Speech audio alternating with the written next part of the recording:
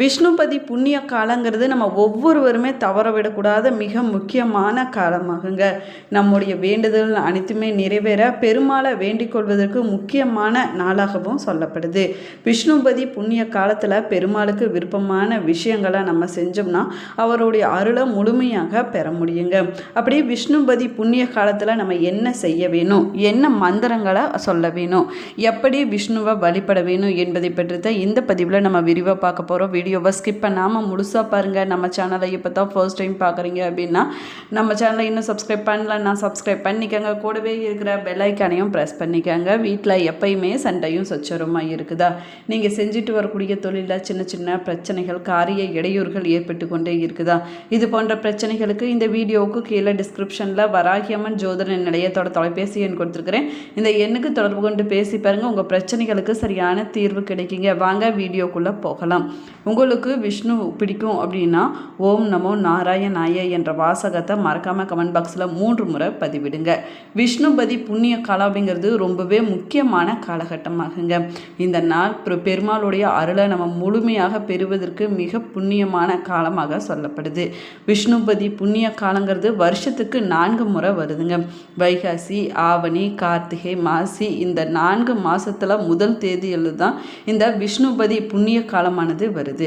பொதுவாக சூரிய பகவான் ஒரு ராசியில் இருந்து மற்றொரு ராசிக்கு தன்னுடைய பயணத்தை மாற்றக்கூடிய நாளைத்தான் மாத பிறப்பு அப்படின்னு சொல்கிறோம். அப்படி 12 ராசிகளில் குறிப்பிட்ட 4 ராசிக்குள்ளே சூரியன் பிரவேசிக்க தொடங்கக்கூடிய நாளில் வரக்கூடிய இந்த குறிப்பிட்ட நேரத்தை தான் விஷ்ணுபதி புண்ணிய காலம் அப்படின்னு சொல்கிறாங்க. அதாவது ரிஷபம், கும்பம், விருச்சகம், சிம்மம் போன்ற 4 ராசிக்குள்ளே சூரிய பகவான் பயணம் செய்ய தொடங்குவாராமாங்க. மாதத்தில் முதல் நாளில் வரக்கூடியது தான் விஷ்ணுபதி புண்ணிய காலம் அப்படின்னு சொல்லப்படுது. விஷ்ணுபதி புண்ணிய காலத்தில் நம்ம விரதம் இருந்தோம்னா, பெருமாளை மனதார நம்ம வழிபட்டோம்னா ஏகாதேசி விரதம் இருந்த புண்ணிய பலனானது நம்முடைய வாழ்க்கையில் கிடைக்கும் அப்படின்னு சொல்லப்படுது. வைகாசி, ஆவணி, கார்த்திகை, மாசி போன்ற 4 மாதத்தில் முதல் தேதியில் மட்டும் கிட்டத்தட்ட 11 மணிக்கு இந்த விஷ்ணுபதி புண்ணிய காலமானது இருக்குதுங்க. இந்த நேரத்தில் பெருமாளை மனதார வேண்டி கொண்டாலும் சரிங்க, அது அப்படியே நடக்கும் அப்படின்னும் சொல்லப்படுது. 2026ஆம் ஆண்டில் 2வது விஷ்ணுபதி புண்ணிய காலம் மே 15ஆம் தேதி வெள்ளிக்கிழமை அன்னைக்கு வந்திருக்குதுங்க. இன்று அதிகாலை 1:03 மணிக்கு தொடங்கி காலை 10:13 வரைக்குமே விஷ்ணுபதி புண்ணிய காலமானது இருக்குது அப்படின்னும் சொல்லப்படுது. விஷ்ணுபதி புண்ணிய காலத்தில் பக்கத்தில் இருக்கக்கூடிய பெருமாள் கோவிலுக்கு சென்று கொடி மரத்தை வணங்க வேணுங்க. அதற்கு பிறகு பெருமாளை நம்ம வணங்க வேணும். அதற்கு பிறகு கையில் 27 பூக்களை வைத்துக்கொண்டு பிரகாரத்தை 27 முறை சுற்றி வர வேணுங்க. ஒவ்வொரு முறை நம்ம சுற்றி வரும்போது ஒவ்வொரு பூவாக கொடிமரத்துக்கு முன்னாடி நம்ம வைக்க வேணும்.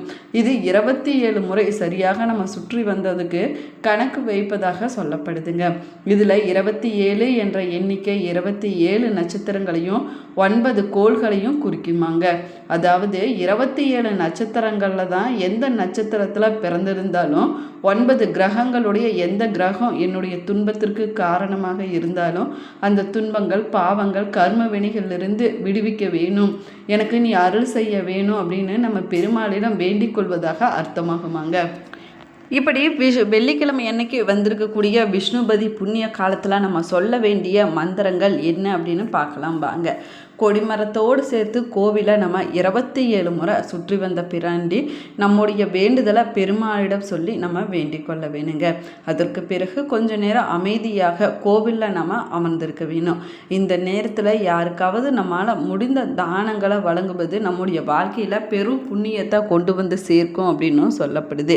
விஷ்ணுபதி புண்ணிய காலத்தில் வரக்கூடிய நாளில் ஓம் நாராயணாய வித்மகே வாசுதேவாய தீமகி தன்னோ விஷ்ணு பிரச்சோதயாத் என்ற மந்திரத்தை எத்தனை முறை உங்களால் சொல்ல முடியுமோ அத்தனை முறை அன்றைய நாளில் சொல்லுவது ரொம்பவே சிறப்பானதாகுங்க. கோவிலை சுற்றி வரும்போது இந்த மந்திரத்தை நீங்கள் உச்சரித்தபடி நீங்கள் சுற்றி வருவது ரொம்பவே நல்லது. இந்த நாளில் விஷ்ணு சகஸ்ரநாமம், விஷ்ணு ஸ்லோகங்களை படிப்பது ரொம்பவே நல்லதுங்க. இப்படி படிப்பதனால பெருமாளுடைய அருளானது பரிபூர்ணமாக நமக்கு கிடைக்கும் அப்படின்னும் சொல்லப்படுது. வைகாசி முதல் நாள் அப்படிங்கிறது பெருமாளுக்குரிய விஷ்ணுபதி புண்ணிய காலமாகுங்க. ஜோதிட ரீதியாக சூரியன் தன்னுடைய பயணத்தில் ஸ்திர ராசிகளில் நுழையும் நேரமே விஷ்ணுபதி புண்ணிய காலம் அப்படின்னும் சொல்லப்படுது. வேத ஜோதிடத்தில் பார்த்திங்கன்னா சூரியன் ஒரு புதிய ராசிக்குள்ளே நுழையக்கூடிய தருணம் ரொம்பவே மங்களகரமானது அப்படின்னும் சொல்லப்பட்டிருக்குது. நரசிம்ம அவதாரம் எடுத்து பக்தனான பிரகலாதனை காப்பாற்றிய இரண்யனை வதம் செய்த பெருமாள் கோபம் தணியாமல் தன்னுடைய உக்கர வடிவிலேயே இருந்திருக்கிறாரு. இதனால தேவர்களும் முனிவர்களும் பயந்து போய் மகாலட்சுமி தேவியிடம் முறையிட்டிருக்கிறாங்க. மகாலட்சுமியும் பெருமாளை சாந்தப்படுத்துவதாக தேவர்களுக்கும் முனிவர்களுக்கும் மகாலட்சுமி தேவி சத்தியம் பண்ணியிருக்கிறாங்க. அதற்கு பிறகு பெருமாளிடம் பய பக்தியோடு நெருங்கியிருக்கிறாங்க. மகாலட்சுமி நிழல் பட்டவுடன் பெருமாள் பார்த்திங்கன்னா சாந்தம் அடைஞ்சிருக்கிறாரு. அவர்கள் வேண்டியபடியே மடியில் வைத்து கருணை வடிவமாக லட்சுமி நரசிம்மராக மாறியிருக்கிறாரு பெருமாள். இது நடைபெற்ற காலம் விஷ்ணுபதி புண்ணிய காலம் அப்படின்னும் சொல்லப்படுது. இந்த நேரத்தில் வைகுண்டத்தின் கதவுகள் திறந்திருப்பதாகவும் சொல்லப்படுதுங்க. மேலுமே விஷ்ணுபதி புண்ணிய காலத்தில் முக்கியமான ரகசியம் மகாபலி சக்கரவர்த்தியோடு தொடர்பு கொண்டதாகும். வாமனராக வந்த 3 அடி நீளம் கேட்ட மகாவிஷ்ணு மகாபலியின் கர்வத்தை அடக்கி அவருக்கு மோட்சம் அளித்ததாக சொல்லப்பட்டிருக்குதுங்க. மகாபலி தன்னுடைய சிரம் தந்து சரணடைந்த அந்த புனித நேரத்தில் பிரபஞ்சத்தில் பொழிந்த அதே மகாவிஷ்ணுனுடைய பேரருள் இன்றுமே விஷ்ணுபதி புண்ணிய காலத்தின் போது பூமிக்கு கிடைப்பதாகவும் பக்தர்களால் நம்பப்படுது. விஷ்ணுபதி புண்ணிய காலம் அப்படிங்கிறது சரியா 3 மணி நேரம் 36 நிமிடம், அதாவது 9 நாளிகைகள் மட்டுமே நீடித்திருக்கக்கூடிய சக்தி வாய்ந்த நேரமாகுங்க. சூரியன் ராசி மாறக்கூடிய நேரத்திற்கு முன்பாக 1 மணி நேரம் 48 நிமிடங்களுக்கு பின்னால் 1 மணி நேரம் 48 நிமிடங்கள் சேர்ந்ததே இந்த விஷ்ணுபதி புண்ணிய காலம் அப்படின்னு சொல்லப்படுது. இந்த குறுகிய காலத்தில் செய்யக்கூடிய தியானம் மற்றும் ஜபம் நம்முடைய வாழ்க்கையில் 1000 மடங்கு அதிகமான பலனை பெற்றுக் கொடுக்கும் அப்படின்னும் சொல்லப்படுது. இந்த நாளில் உங்களுடைய பிரச்சனைகளை வேண்டுதல்களை மனம் உருகி நீங்கள் பெருமாளிடம் வேண்டிக் கொண்டீங்கன்னா உங்களுக்கு நியாயமான கோரிக்கைகள் எதுவாக இருந்தாலும் சரிங்க, அடுத்த 3வது விஷ்ணுபதி புண்ணிய காலம் முடிவடைவதற்குள்ளார உங்களுடைய நியாயமான கோரிக்கைகள் உங்களுடைய வேண்டுதல்கள் எதுவாக இருந்தாலும் பெருமாள் நிறைவேற்றி வைப்பார் அப்படின்னு நம்பிக்கையாக சொல்லப்படுது. இது ஏகாதேசி விரதத்தை விட பல மடங்கு உயர்வான பலனை பெற்றுக் கொடுக்கும் அப்படின்னும் சொல்லப்படுதுங்க. பொதுவாக திதிகளில் சிறந்ததாக சொல்லக்கூடியது ஏகாதேசி திதியாகும். இந்த திதி மகாவிஷ்ணுவுக்கு உகந்தது அப்படின்னு சாஸ்திரத்தில் சொல்லப்பட்டிருக்குது. ஏகாதேசி நாளில் ஒருவர் செய்யக்கூடிய பூஜைகளும் கடைபிடிக்கக்கூடிய விரதங்களும் அனைத்து விதமான பலன்களையும் அவங்களுடைய வாழ்க்கையில் பெற்றுத்தரும் அப்படின்னும் சொல்லப்படுது. அதை விட ரொம்பவே சிறப்பான பலனை தரக்கூடியது இந்த விஷ்ணுபதி புண்ணிய காலமாகுங்க. தமிழ் ஆண்டு மொத்தம் 60 ஆகும். ஒவ்வொரு வருஷத்துலேயும் வரக்கூடிய 4 விஷ்ணுபதி புண்ணிய காலங்களும் ஒவ்வொரு விதத்தில் மாறுபடுதுங்க. அதனால தான் இந்த முறை நம்ம ஒரு விஷ்ணுபதி புண்ணிய காலத்தை தவற விட்டோம்னா அடுத்து இதே போன்ற ஒரு காலம் வருவதற்கு நம்ம மீண்டும் 60 வருஷம் காத்திருக்க வேணும்.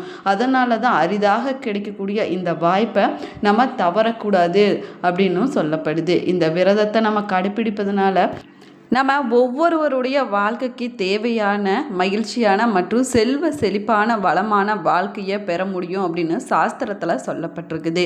மகாவிஷ்ணுவனுடைய அருளையும் கருணையும் ரொம்பவே அதிகமானதாகவும் பரிபூர்ணமானதாகவும் தொடங்கக்கூடிய அரிதான நாளாக இந்த விஷ்ணுபதி புண்ணிய காலமானது சொல்லப்படுதுங்க. வெள்ளிக்கிழமையான இன்று அதிகாலை 1:30 மணி முதல் காலை 10:30 மணி வரையிலான நேரத்தில் விஷ்ணுபதி புண்ணிய காலமானது இருக்குது. முழுமையாக 9 மணி நேரம் இந்த புண்ணிய காலமானது வந்திருக்கு அப்படின்னும் சொல்லப்படுது. இந்த விஷ்ணுபதி புண்ணிய காலத்தில் அதிகாலையில் எழுந்திரிச்சு குளித்து விட்டு வீட்டு பூஜை அறையில் விளக்கேற்றி மகாவிஷ்ணுவையும் மகாலட்சுமி தாயாரையும் மனதார நம்ம வழிபட வேணுங்க. அதற்கு பிறகு பெருமாள் கோவிலுக்கு சென்று கொடிமரத்தை சுற்றி வந்து நம்ம வழிபட வேணும். அதற்கு பிறகு 27 பூக்களை கையில் வச்சு கொண்டு 27 முறை பிரகாரத்தை நம்ம சுற்றி வர வேணும். ஒவ்வொரு சுற்றுக்கும் ஒவ்வொரு பூவை கொடிமரத்துக்கு முன்னாடி நம்ம வைத்து வழிபட வேணுங்க. துளசி பூஜை பூஜை செய்வது அன்றைய நாளில் சிறப்பானதாக சொல்லப்படுது. கோவிலுக்கு சென்று 2 மண் அகல் விளக்குகளில் நெய் ஊற்றி பஞ்சுத்திரி போட்டு நம்ம தீபம் ஏற்றி வழிபட வேணும். தாயாருக்கும் பெருமாளுக்கும் உங்களால் முடிந்த பூஜை பொருட்களை அன்றைய நாளில் வாங்கி கொடுப்பது ரொம்பவே சிறப்பானதாகுங்க. துளசி இலை மல்லிகைப்பூ வாங்கி கொடுப்பது ரொம்பவே சிறப்பானதாக சொல்லப்படுது. இந்த 2மே தாயாருக்கும் பெருமாளுக்கும் உகந்ததாகுங்க. செல்வத்தின் அதிபதியான மகாலட்சுமியும் மகாவிஷ்ணு இணைந்திருக்கக்கூடிய நேரம் என்பதால் கடன் தொல்லைகள் நீங்கி செல்வமானது பெருகுங்க. 7 தலைமுறை பித்ரு தோஷமானது நீங்கிவிடும் அப்படின்னும் சொல்லப்படுது. இந்த நேரத்தில் செய்யக்கூடிய வழிபாடுகள் புதிய முயற்சிகள் வெற்றியை கொடுக்குங்க. இந்த வழிபாட்டின் போது ஓம் நமோ நாராயணாய இல்லைன்னா உங்களுடைய ராசிக்குரிய விஷ்ணுவுடைய மந்திரத்தை நீங்கள் 108 முறை உச்சரிப்பது ரொம்பவே சிறப்பானதாகுங்க. இதனால் உங்களுடைய வாழ்க்கையில் மிகப்பெரிய ஒரு முன்னேற்றமானது ஏற்படும் அப்படின்னும் சொல்லப்படுது. இதை நம்ம சரியாக பயன்படுத்தி பெருமாளை வழிபாடு செஞ்சோம்னா பொருளாதாரத்தில் நல்ல ஒரு முன்னேற்றமானது ஏற்படுங்க. வாழ்க்கையில் இருக்கக்கூடிய பிரச்சனைகள் கஷ்டங்கள் அனைத்துமே தீர்ந்துவிடும் அப்படின்னும் சொல்லப்படுது. அதே போல் நம்முடைய வீடுகளில் விளக்கேற்றி விஷ்ணு சகஸ்ரநாமத்தை பாராயணம் செஞ்சோம்னா அதிகமான பலனானது கிடைக்குங்க. திருமண வரம் வேண்டி இந்த நாளில் பெருமாள் கோவிலுக்கு சென்று வழிபட்டோம்னா சீக்கிரமாகவே திருமணமானது கைகூடி வரும், நல்ல வாழ்க்கை துணையானது அமையும் அப்படின்னு நம்பிக்கையாக சொல்லப்படுது. சிவன் கோவில்களில் பிரதோஷ கால பூஜை நடந்தது போல பெருமாள் கோவில்லையும் இந்த விஷ்ணுபதி புண்ணிய கால வழிபாடானது செய்யப்படுங்க. விஷ்ணு காக்கும் தெய்வமாகவும் பதி என்றால் பூமிக்கு பதிவது என்று பொருளாகுமாங்க. இந்த பதிவு உங்களுக்கு பயனுள்ள தகவல்களை